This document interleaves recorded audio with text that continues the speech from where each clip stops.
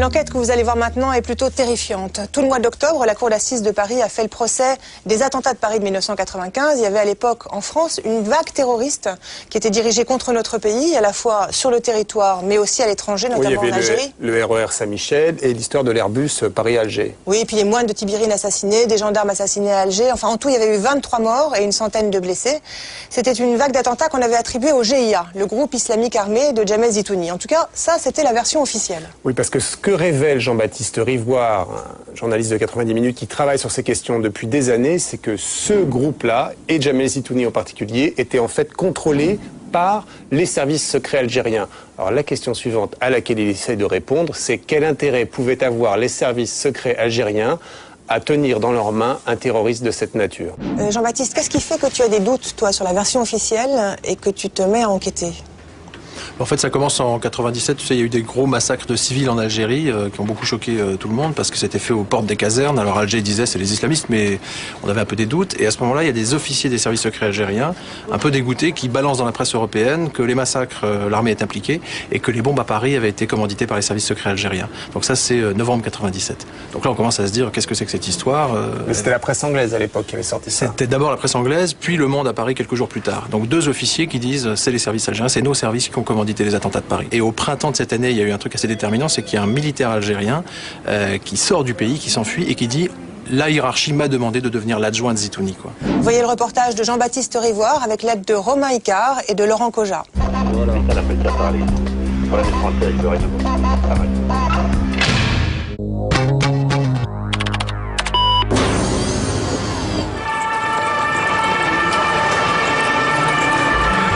Évacuez par là, s'il vous plaît.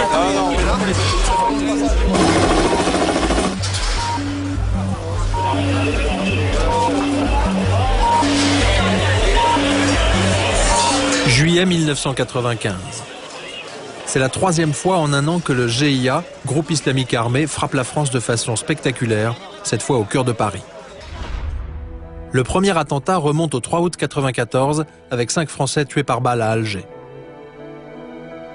Le 24 décembre de la même année, un Airbus d'Air France est détourné en Algérie avant d'être pris d'assaut à Marseille. En juillet 1995, ce sont les bombes dans le RER, puis en 1996, l'assassinat des moines de Tibérine.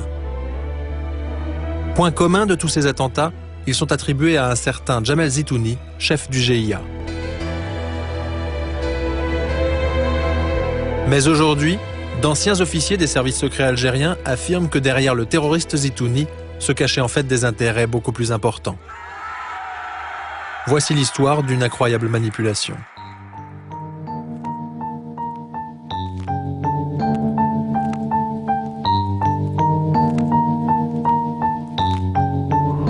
Il y a 5 ans, un ex-officier des services algériens, écœuré par la sale guerre qu'on lui a fait mener, se confie à la presse britannique.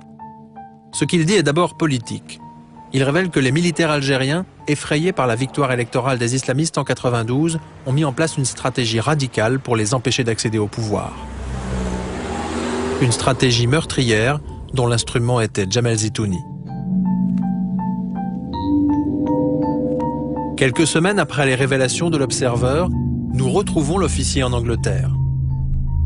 C'est un capitaine. Méfiant, il nous soupçonne de renseigner les services français.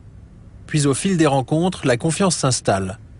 Dans un hôtel de Londres, il nous explique dans un français mal maîtrisé comment son service a recruté Zitouni. Zitouni a été recruté quand il était dans un camp au Sahara, quand ils avaient ramassé tous les islamistes.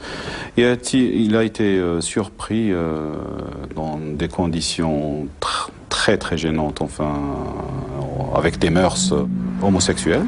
Le chef de sécurité du centre lui a dit, voilà, soit tu travailles avec nous, soit on balance ça au niveau du centre, au niveau du camp de concentration. Et puis, c'est sûr qu'il aurait été dans de très très graves problèmes.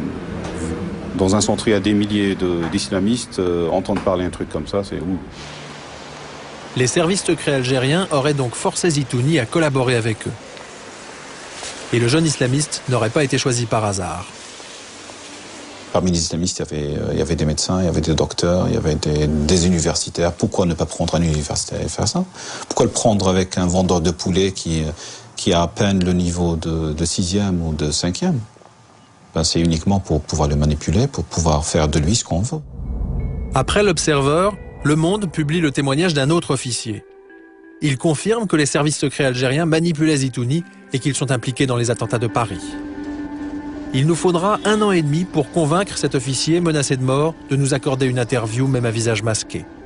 Pour lui, il y a une vraie guérilla islamiste en Algérie, mais elle est parfois manipulée. Celui qui nie l'existence des groupes islamiques ou islamistes, c'est quelqu'un de mauvaise foi, ou quelqu'un qui est très très mal renseigné, ou sinon c'est quelqu'un qui est vraiment manipulé.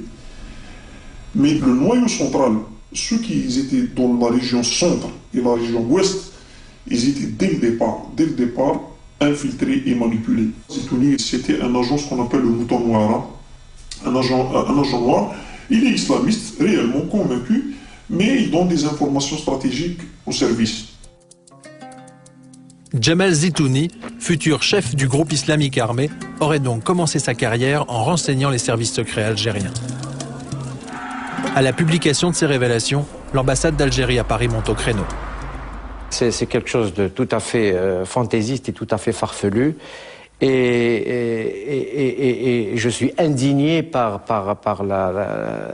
le fait qu'on utilise de telles méthodes pour porter atteinte à l'intérêt du pays que je représente et aussi, de mon point de vue, à ses intérêts diplomatiques et dans une certaine mesure aux relations entre la France et l'Algérie. Mais derrière les civils, ce sont en fait les militaires qui dirigent l'Algérie. Le patron de l'armée en 1992, c'est le général Nezzar.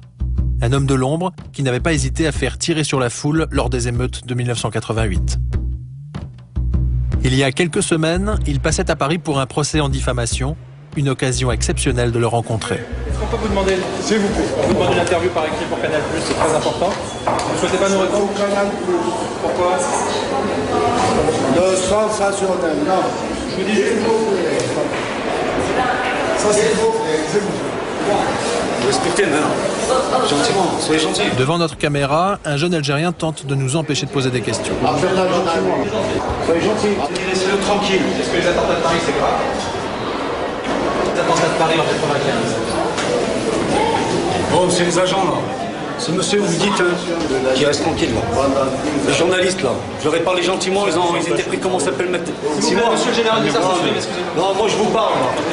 C'était maintenant que vous sautiez sur quelque chose, un fétu une étincelle comme ça, et vous portez des jugements sur les gens, ça je vous l'interdis. Vous savez que l'armée a infiltré les GIA? Je vous l'interdis. En 10 ans de guerre, Nezzar et ses généraux n'ont jamais apprécié qu'on questionne leur méthode. Voici l'organigramme secret des vrais patrons de l'Algérie. À droite, les forces militaires proprement dites. À gauche, les services secrets du DRS, la redoutable sécurité militaire, avec le capitaine Ougenoun. Au cours de notre enquête, un 3e officier a accepté de nous parler. Longtemps bras droit du patron du contre-espionnage, il a déserté l'armée en 1996.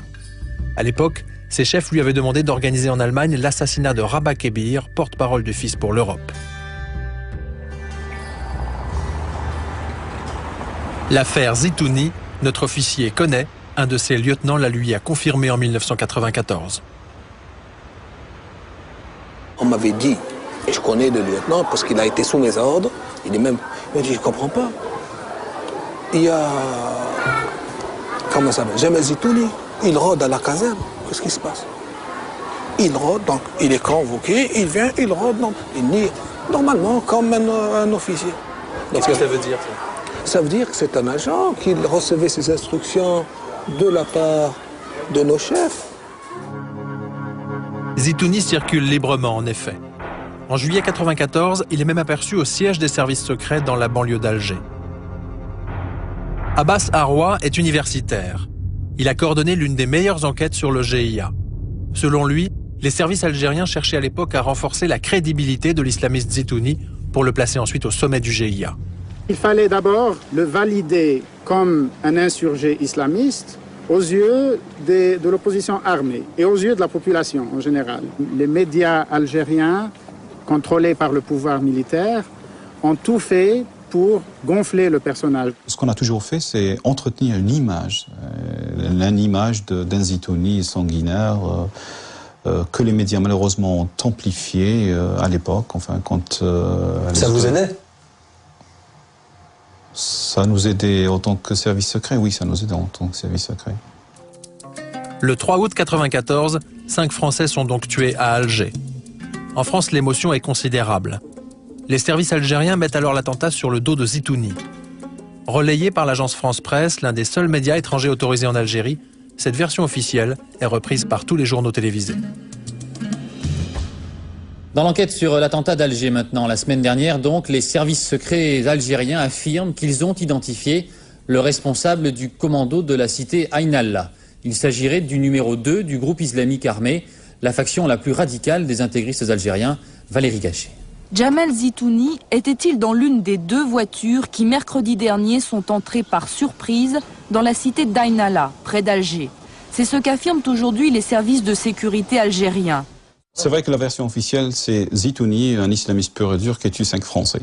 En fait, c'est tout à fait autre que ça, puisque Zitouni était déjà manipulé, recruté par le chef, par un des chefs des services opérationnels de la sécurité militaire, enfin ce qu'on appelait la sécurité militaire, mais c'est en fait la DRS. Ce chef-là s'appelle le colonel Tartak Bachir. Et donc c'est ce colonel Tartak Bachir qui avait en fait monté toute cette opération de Ain Allah, où des gendarmes ont été tués. Il s'agit désormais de crédibiliser Zitouni sur la scène internationale, de renforcer son image d'islamiste sanguinaire et hostile à la France. Après avoir validé donc sa loyauté islamiste, et après en avoir fait un chef médiatiquement, la phase suivante, ou l'étape suivante, consistait à lui faciliter un coup d'État sur le GIA. L'armée tend donc une embuscade au chef du GIA et à ses principaux lieutenants. Ils sont tous tués, sauf Zitouni. Il est épargné par les militaires. Plutôt content de l'opération, le patron du contre-espionnage algérien la raconte à ses homologues des services secrets français. Témoignage d'un haut fonctionnaire du ministère de la Défense qui préfère garder l'anonymat, mais qui s'en souvient parfaitement. Cette anecdote m'avait quand même frappé. C'est effectivement qu'ils l'ont épargné volontairement. Alors que tout avait été conçu, enfin tout avait été fait pour l'embuscade et qu'il tuait, enfin tué ou non si vous voulez quoi. Et celui-là n'avait pas été tué exprès. Mais moi, quand on m'a raconté ça, ça m'a pas paru surprenant. Qu'on ait épargné un type parce que soit on avait des contacts déjà avec lui, qu'on pensait que bon, après il pourrait prendre la relève, ce qui s'est apparemment passé, ce qui va me passer et qui serait plus accommodant, ça c'est... ça me paraissait dans l'ordre des choses, hein, franchement. Hein. Ce type d'anecdote, c'est susceptible d'être raconté ou pas? Ah non. Ah non, ça c'est... Ne me citez pas, parce que là, je suis emmerdé, là. Protégé par l'armée, Zitouni va prendre la tête des GIA en octobre 1994. Pour cet ancien numéro 2 de l'ambassade d'Algérie en Libye, les services secrets algériens ont réussi ce jour-là un coup de maître. Avant Zitouni, c'était l'infiltration. À partir de l'arrivée de Zitouni, c'est la même mise totale des généraux sur les GIA. À partir de cette date, le GIA, qui est censé combattre le régime, retourne sa violence contre la population. Les Algériens ne comprennent plus ce qui se passe. Vous ne pouvez pas expliquer pourquoi on tue une religieuse de 95 ans. Vous ne pouvez pas comprendre pourquoi on met dans le goudron un bébé de 4 ans, de 2 ans. Vous ne pouvez pas, en tant que musulman, en tant qu'un être humain, je dirais en tant qu'individu tout simplement, comprendre pourquoi on éventre une femme enceinte. C'est de la barbarie pure. Il n'y a pas autre chose. C'est pour frapper l'imaginaire. C'est pas autre chose. Donc il y avait une stratégie. Il fallait les gens les frapper dans leurs émotions, il fallait les choquer. Vous voulez le fils, voilà ce qu'ils sont en train de faire. Hein? L'effet escompté, c'était que la population divorce totalement avec l'idéologie islamiste.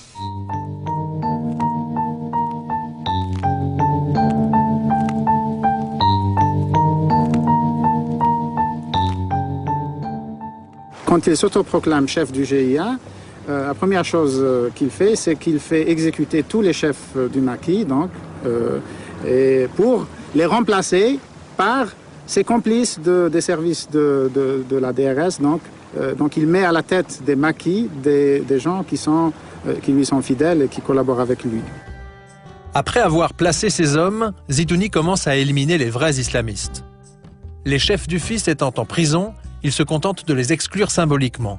Mais d'autres dirigeants comme Rabat Kebir, le porte-parole du fils en Europe, ou le cheikh Sahraoui, qui dirige la mosquée de la rue Mira à Paris, sont inscrits sur une liste d'opposants à assassiner. Une liste qui n'aurait pas été établie par Zitouni. Lorsqu'il y a eu cette fameuse liste des dirigeants du FIS à exécuter à l'étranger et en Algérie, elle était faite à Ben Aknoun, dans les locaux de la DRS. Parce que tout simplement, il fallait éliminer ce qu'on appelle, entre guillemets, les intellectuels du FIS. Jamel Zitouni a fait la besogne que n'a pas pu faire directement les services de sécurité algériens, à savoir s'attaquer à ces cadres du Front islamique du Sahel et de les assassiner. Zitouni et ses lieutenants font le travail, puis des communiqués portant le tampon du GIA sont publiés à Londres. Faire un tampon avec un sigle du GIA ou l'envoyer à Al-Hayat ou à n'importe quelle agence, ça veut rien dire. Ça veut rien dire, en fait, oui. El Hayat, le plus grand quotidien en langue arabe de Londres. Depuis 10 ans, ce journal publie régulièrement les communiqués du GIA en affirmant qu'ils émanent des islamistes. En fait, le journaliste chargé de l'Algérie les recevait par fax. Il n'a jamais pu en vérifier la provenance. À l'époque, le GIA sortait 2 ou 3 communiqués par semaine. Comment voulez-vous qu'on en vérifie l'authenticité? C'était impossible. Pendant 10 ans, le monde entier a donc cru à des revendications du GIA dont aucun journaliste n'a jamais vérifié l'authenticité. Et les services secrets algériens ne se seraient pas contentés de rédiger eux-mêmes certains de ces communiqués. Ce monsieur et le capitaine Chouchen, c'est la dernière preuve vivante que le GIA est une pure invention des services secrets, puisqu'on lui a donné l'ordre d'aller seconder Jamel Zitouni en 1995. On a demandé à un militaire d'aider Zitouni? Oui, on a demandé à cet officier, qui est un officier des services spéciaux, d'aller pour devenir le bras droit de Jamel Zitouni dans le maquis. Depuis que le capitaine Chouchen a confirmé publiquement son incroyable histoire, le général Nezzar a trouvé un argument imparable pour le discréditer. Chouchen est un islamiste convaincu et je le respecte parce que c'est un islamiste convaincu. C'est un officier des forces spéciales algériennes à qui on a demandé, le commandant Abdelrahman a demandé en 1995 de devenir le numéro 2 de Jamel Zitouni, à la tête du GIA. Ça c'est faux. Ça c'est à lui de le confirmer. Soldat d'élite, instructeur des forces spéciales de l'armée, le capitaine Chouchen fut longtemps un officier modèle.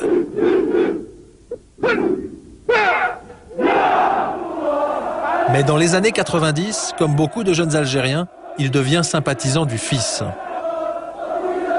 En janvier 92, les islamistes gagnent les élections, mais l'armée interrompt le processus électoral.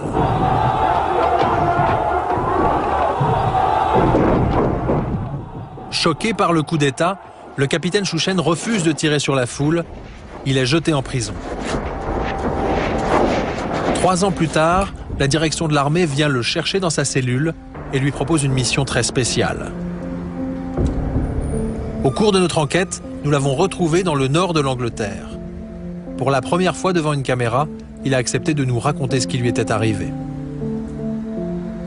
Il m'a amené au centre de torture de Ben Aknoun et là, le général Kamal Abdelrahman est venu me voir et il m'a proposé de travailler avec lui. Le colonel Tartag était avec lui. Premièrement, au début, ils m'ont proposé de liquider les chefs du FIS qui avaient pris le maquis.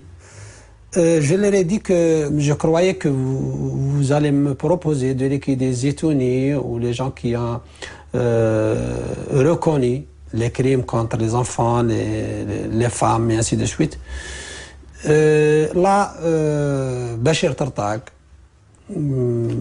était énervé, il m'a dit laisse Zitouni tranquille, c'est notre homme et c'est avec lui que tu vas travailler. Le colonel Bachir Tartag et le général Abdelrahman, 2 des plus hauts responsables des services secrets algériens qui ont refusé notre demande d'interview, auraient donc ordonné au capitaine Chouchen d'encadrer Jamel Zitouni. C'est mettre l'un des meilleurs instructeurs de l'armée au service du chef du GIA. Là, je savais que si j'hésite je ne sortirai pas du bureau. Et c'est pour ça que j'ai dit, bon, je vais essayer de le contacter. Moi, je vais essayer de le contacter à ma façon. Ils m'ont dit, non, on va arranger ta rencontre avec lui. Chouchen accepte, il cherche à gagner du temps. Quelques semaines plus tard, l'armée lui fixe effectivement un rendez-vous dans un hôtel d'Alger. Il se rend sur place, aperçoit l'émissaire de Zitouni, puis s'éclipse et parvient finalement à rallier l'Angleterre. 6 ans d'exil. Quelle honte. Les vrais terroristes, c'est ceux-là. Voilà, le général Kamal Abdelrahman. C'est lui qui décidait pour la majorité de ce qu'il fallait faire avec Jamal Zitouni. Et les généraux vont bientôt confier à Zitouni une nouvelle mission, frapper l'Europe. Fin 1994, le régime est de plus en plus contesté sur la scène internationale. À Rome, des opposants algériens convoquent une conférence de presse. Du FLN au Front islamique du salut, tous les partis envisagent un processus de paix prévoyant le retour à la démocratie et le départ des militaires. Le monde entier comprend alors que l'Algérie peut fonctionner sans que l'armée soit au pouvoir. Les généraux s'inquiètent. Ils ont bâti leur combat sur la lutte contre les intégristes, sur la lutte contre les islamistes. Mais une fois que les islamistes sont acceptés par la société démocratique, donc tout ce qu'ils ont construit tombe comme un château de cartes. Ces gens-là, à chaque grande occasion, il faut que des attentats, le terrorisme ressurgissent pour crédibiliser leur théorie, leur discours. À partir de 14h30, 4 terroristes, ce que nous croyons être, ont pu s'infiltrer, passer les différents barrages de contrôle et ils prennent depuis cette heure-là en otage 232 passagers. Nous sommes un mois seulement après la réunion des opposants algériens à Rome. Les hommes de Jamal Zitouni viennent de prendre en otage un Airbus d'Air France. Ce jour-là, les services de sécurité de l'aéroport n'ont pas fait leur travail. Certains bagages n'ont pas été fouillés et 63 passagers sont montés dans l'avion sans que leur billet ne soit contrôlé, une négligence impensable dans un pays soumis à une guerre terroriste. Pendant ce temps, les hommes de Zitouni introduisent tranquillement dans l'Airbus des armes et des explosifs. Il était impensable de faire passer une arme, même une arme de poing, au niveau de l'arbre. Or, ces gens-là sont passés avec... Ils avaient même des explosifs. C'est louche. Est-ce que les terroristes revendiquent d'une organisation Ce sont des terroristes. Islamistes, vous voulez dire? Ce sont des terroristes. À Paris, on commence à s'interroger sur l'attitude des autorités algériennes. Après l'assassinat de 2 passagers, Édouard Balladur propose que des gendarmes français interviennent. Alger refuse. Au bout d'une trentaine d'heures d'angoisse, les preneurs d'otages abattent un 3e passager d'une balle dans la tête. Il a 23 ans, il est cuisinier à l'ambassade de France. Le Premier ministre Édouard Balladur téléphone alors au président Zeroual. J'ai dit notamment au président Zeroual que je le tenais pour responsable de la vie des Français qui étaient dans cet avion. Et que faute de quoi, je prendrais l'opinion et la communauté internationale à témoin du comportement du gouvernement algérien et qui aurait empêché la France de sauvegarder la vie de ses ressortissants. Ça a été assez difficile et peu diplomatique comme conversation. Après ce coup de téléphone, l'Airbus décolle enfin pour Marseille. Le GIGN intervient.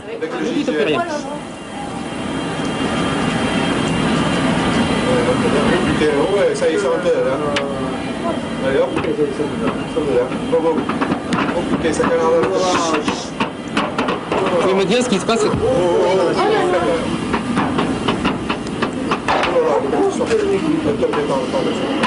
Non, ça va. 8 ans après ce détournement, l'Algérie n'a toujours pas répondu aux questions du juge antiterroriste Jean-Louis Bruguière sur les circonstances exactes de l'affaire. Pour la veuve du jeune cuisinier abattu, ce silence est difficile à comprendre. Je ne vois pas l'intérêt du gouvernement algérien de faire obstruction à la justice. Pourquoi ils le font? Pourquoi ils n'ont pas laissé accéder aux bandes enregistrées de la tour de contrôle? Pourquoi le juge Bruyère n'arrive pas à avancer plus dans l'affaire? Ou alors, bon, il nous a réunis une fois ou deux depuis, mais c'est tout, quoi. Moi, je veux quelque chose, je veux des résultats. Parce que les personnes qui ont vraiment commandité cet attentat sont vivantes, elles sont quelque part. Malgré le détournement de l'Airbus, la paix progresse. Début 95, réunis à nouveau à Rome, les partis algériens signent enfin un accord historique. Ils s'entendent pour gouverner l'Algérie ensemble, sans les militaires. Seul le peuple peut désigner l'autorité et toutes les institutions qui doivent désigner le pays. À Paris, des hommes politiques comme Valéry Giscard d'Estaing ou François Léotard se déclarent favorables aux accords de Rome. François Mitterrand lui-même tente de rallier Helmut Kohl au processus de paix. En mars 95, même l'administration Clinton considère que le régime militaire algérien a échoué.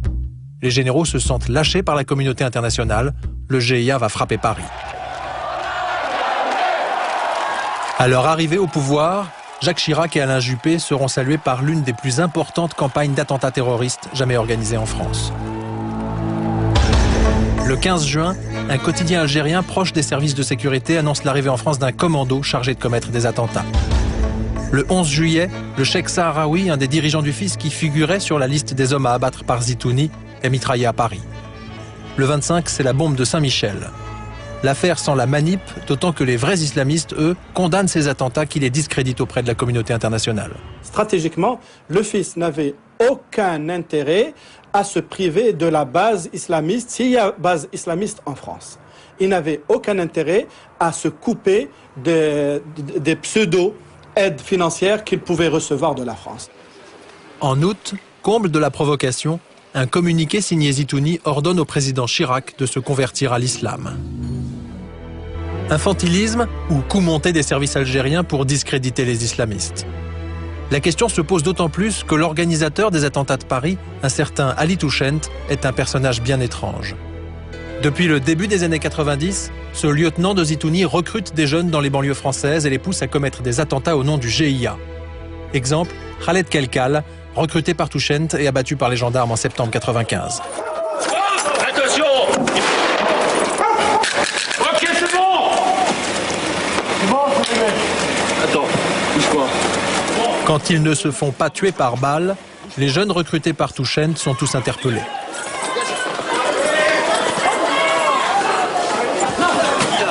Les arrestations sont spectaculaires, mais quand les policiers interrogent les jeunes, ils sont souvent déçus. Confidence d'un policier des renseignements généraux qui était en fonction au moment des attentats de Paris. Il a été mis sur la touche après avoir dénoncé des dysfonctionnements dans son service.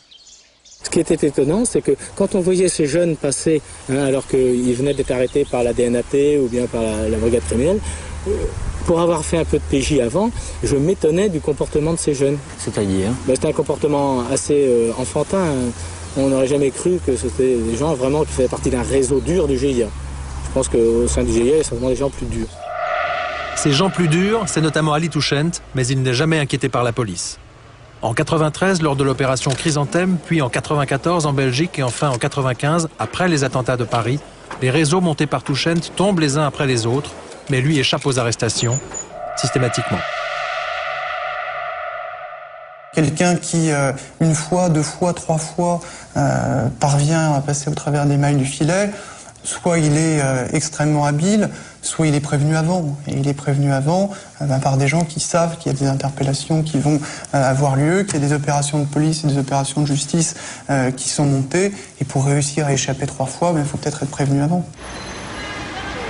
Lors du procès des attentats de Paris en octobre, Jean-François Clerc, numéro 2 de la DST, a dû venir démentir que ses services aient pu entretenir des contacts avec Ali Touchent. Mais pour beaucoup de spécialistes du terrorisme, Touchent était au minimum un agent secret algérien. C'est fatalement un agent. En France, on a connu aussi des agents comme ça, qui faisaient partie de réseaux d'ailleurs, et puis qui sont toujours sortis, c'est-à-dire qu'ils ont remonté un autre réseau après. Donc pour moi, c'est un agent. C'est difficile de comprendre autrement.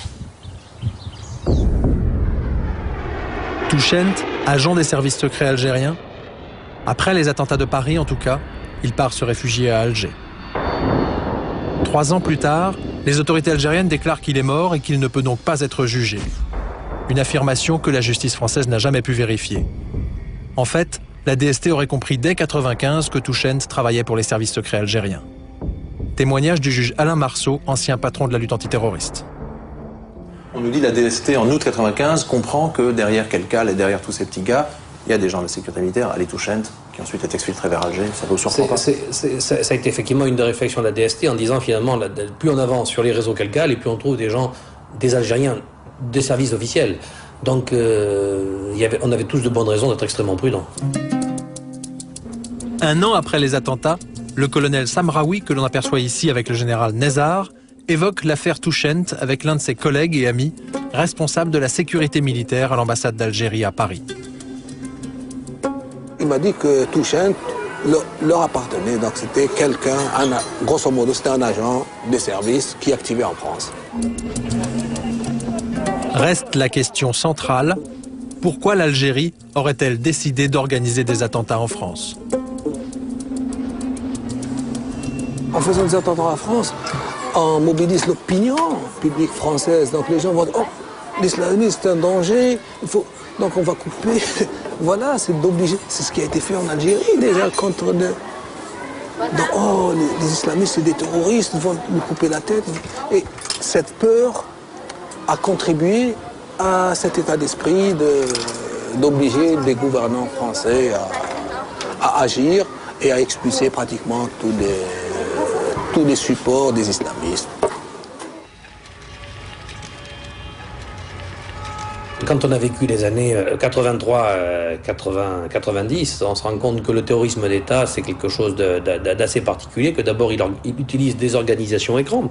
Et en l'espèce, on peut considérer qu'à un moment ou à un autre, le GIA a été une organisation écran, utilisée pour porter le feu en France. Pour prendre la France en otage. Pour prendre la France en otage.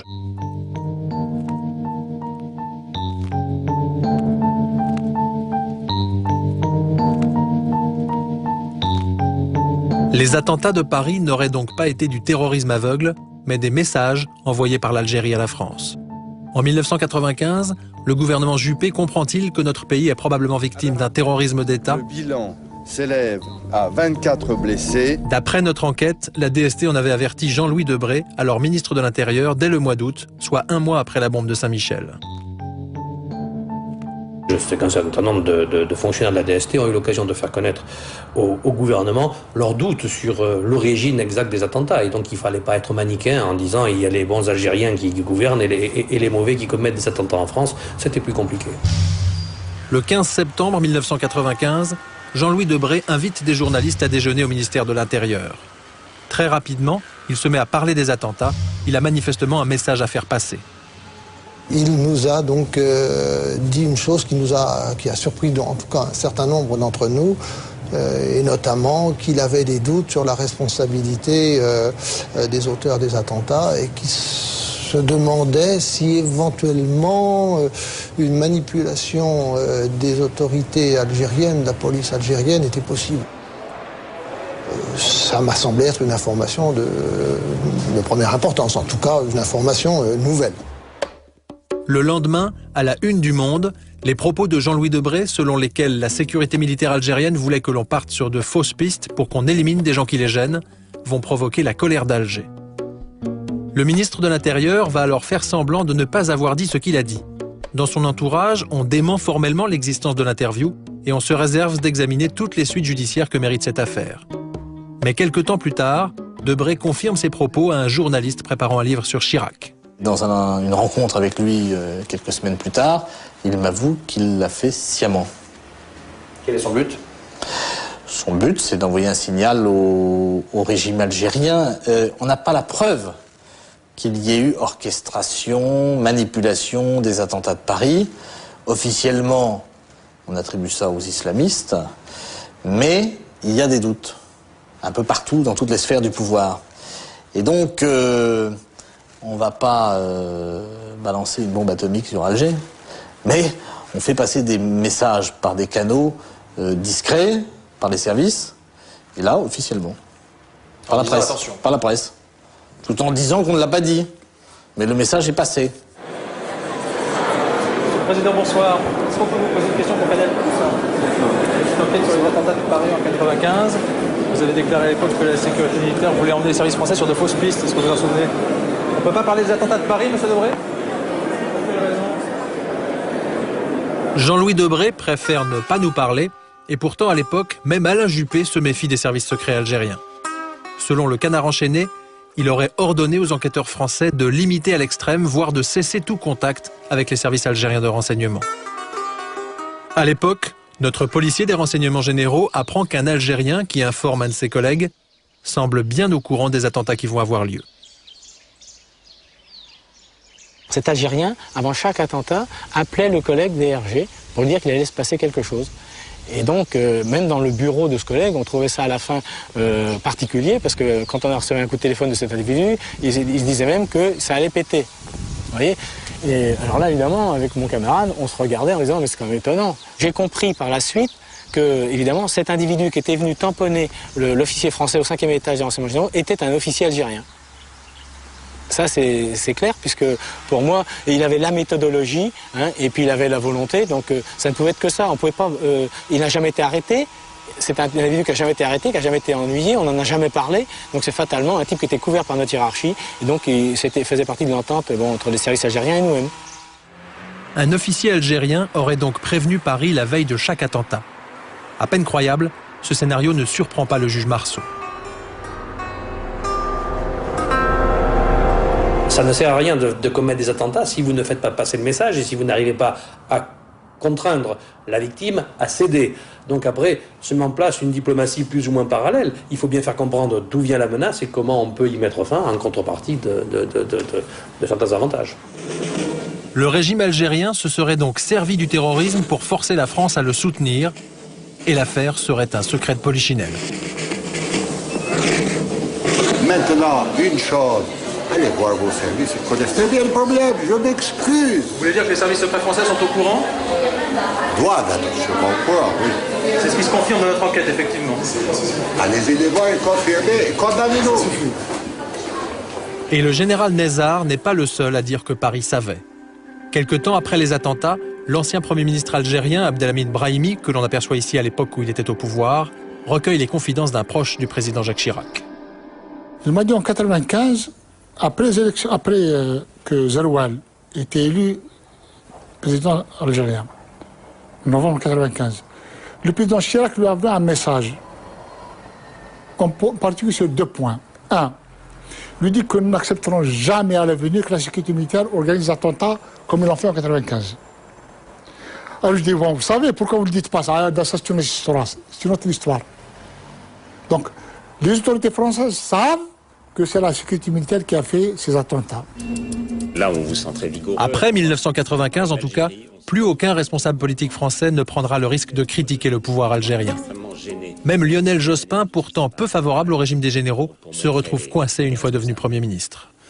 Dans le cas de l'Algérie, la très grande difficulté, c'est que nous ne savons pas comprendre ce qui se passe véritablement en Algérie. Nous sommes contre une opposition fanatique et violente qui lutte contre un pouvoir qui lui-même utilise d'une certaine façon la violence et la force de l'État.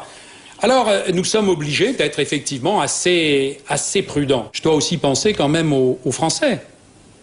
Nous avons déjà été frappés et je dois veiller à ces questions. Je suis pour que nous prenions nos responsabilités, mais en pensant que la population française doit aussi être préservée. C'est lourd de dire cela, mais vous comprendrez aussi pourquoi il est de ma responsabilité de le dire. Ça veut dire que les politiques français ne peuvent pas dire ce qu'ils ont à dire sur le pouvoir algérien parce qu'ils ont peur des bombes. C'est ce que j'ai compris et ce que tous les observateurs ont compris. Quand Zitouni est tué dans le maquis en juillet 1996, il a rempli sa mission. Forcer la France à soutenir le régime, assassiner une bonne partie des intellectuels islamistes et terroriser la population algérienne. Aujourd'hui, les massacres de civils continuent et la plupart des généraux sont toujours au pouvoir. Ils ont besoin de la violence pour gérer l'Algérie. Un minimum de violence, comme ça les Algériens ils pensent à une seule chose, leur vie et leur sécurité. On ne demande pas où elle est partie la recette du pétrole, ni ce qu'on fait avec l'argent des Algériens, ni quoi que ce soit. C'est un pays qui fait 2 millions de kilomètres carrés. Qu'est-ce qu'ils ont fait de plus par rapport à ce qu'elle a fait la France? Est-ce qu'ils ont construit une ville nouvelle? Il n'y en a pas. Est-ce qu'ils ont construit des routes, des autoroutes? Il n'y en a pas. Mais on ne se révolte pas parce que c'est dangereux. C'est très dangereux. Qui soutient ces gens-là? À part la France. La France est leur principal soutien. Je ne dis pas la France, mais certains services français, certains services spéciaux français, certaines sphères politiques françaises, bien connues, aident ces gens-là. Et la vente de matériel militaire, c'est une aide supplémentaire pour permettre la survie de ces gens-là, de ces généraux-là. Ce régime, que la France soutient depuis 1992 pour des raisons commerciales, stratégiques ou par peur du terrorisme, a aujourd'hui du plomb dans l'aile. Depuis les massacres de 1997, beaucoup d'Algériens ont compris que le GIA avait souvent servi de couverture aux services secrets pour commettre massacres et attentats. Le gouvernement français, lui, fait comme s'il n'avait rien vu. En 2003, notre pays célébrera l'année de l'Algérie en France.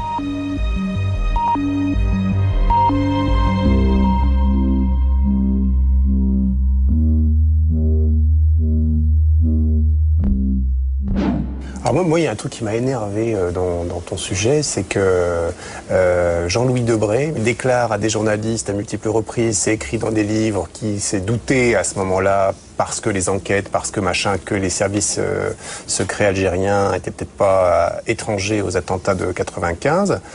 Et là, c'est le no comment absolu. Enfin, on te voit dans le film, tu vas le voir, et il répond rien. Mais enfin, comment on peut ne pas répondre à des questions dont je te paraître? Je sais pas si t'as pas énervé sur le coup.